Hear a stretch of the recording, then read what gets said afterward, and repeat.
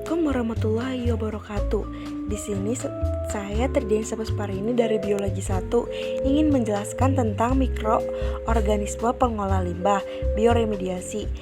Nah, berikut ada daftar isinya: pengertian, jenis-jenis, mekanisme kerja organisme, kelebihan dan kekurangan bioremediasi. Apa itu bioremediasi?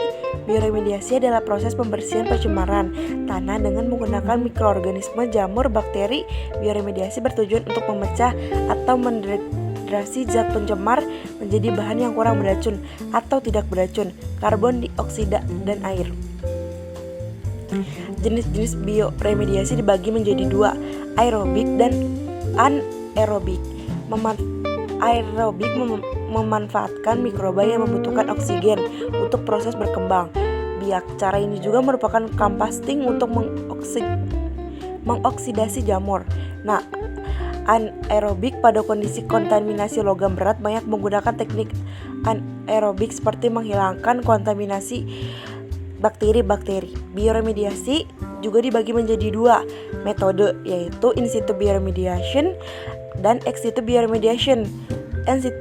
In situ bioremediation dilakukan langsung di lokasi yang terkontaminasi tanpa memindahkan tanah atau air yang tercemar. Contohnya ada bioventing, biosparging atau bioaugmentation. Nah, yang kedua ada ex situ bioremediation. Bioremediasi yang dilakukan di luar lokasi yang tercemar, yaitu dengan memindahkan tanah atau air yang tercemar ke tempat lain untuk diolah. Nah, contohnya ada biopile, land farming, dan composting. Berikut ada cara menangani limbah dengan aman. Yang pertama ada pengelolaan limbah dengan bakteri Clostridium botulinum. Limbah cair industri alkohol yang mengandung gula diuraikan oleh bakteri menjadi gas hidrogen yang dapat dimanfaatkan sebagai bahan bakar. Nah, yang kedua ada sistem lumpur activated sludge. Limbah cair yang diolah menggunakan mikroorganisme aerob untuk mengoksidasi material organik. Udara disalurkan untuk mendukung proses ini, menghasilkan flok mikroorganisme yang mengendap. Nah, yang ketiga ada pengelolaan dengan biofilm atau saringan tetes. Mikroorganisme dalam biofilm seperti bakteri menguraikan materi organik pada permukaan saringan seperti arang, batok kelapa, dan batu kerikil saat limbah menetes perlahan. Nah, yang keempat penguraian lumpur anaerobik. Lumpur endapan dari pengolahan aerob diproses dengan bakteri anaerob seperti metanobacterium untuk mengubah bahan organik menjadi gas CH2, CO2. 5 ada mikroorganisme pembersih limbah minyak bakteri, pudita, dan jamur menguraikan hidrokarbon dalam minyak bumi dan bed. Nah, berikut ada cara kerja bioremediation. Bioremediasi menggunakan bantuan mikroorganisme atau enzim dalam menurunkan tingkat pencemaran logam pada tanah. Enzim tersebut akan bekerja mengurai senyawa polutan berbahaya menjadi senyawa tidak berbahaya.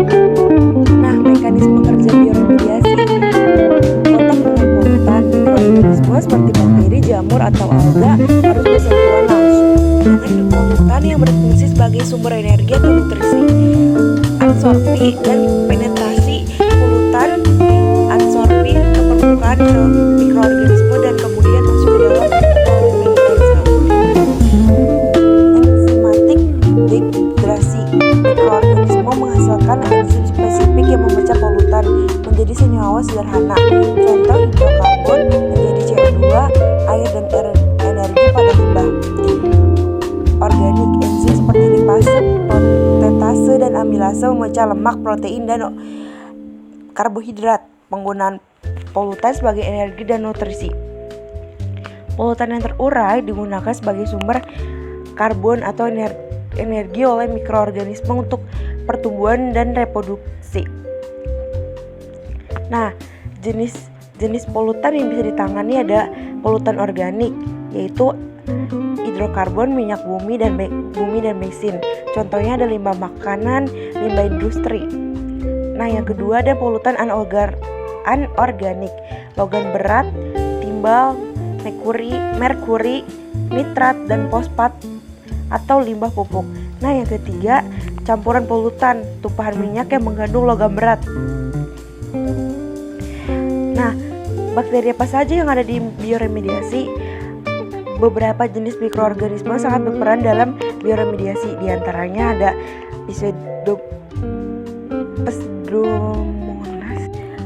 Pseudomonas, Bacillus, Moraxella, Exinus, Tubactor, Burkholderia, dan Aspergillus.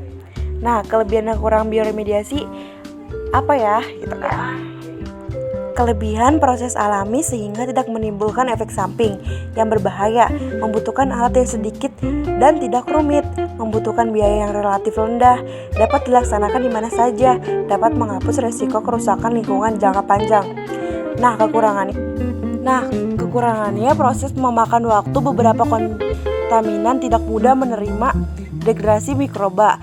Degradasi mikroba dari beberapa bahan kimia dapat menyebabkan produksi zat antara yang lebih beracun. Spesiesitasnya bergantung pada kondisi lingkungan, jenis mikroorganisme, dan kontaminan.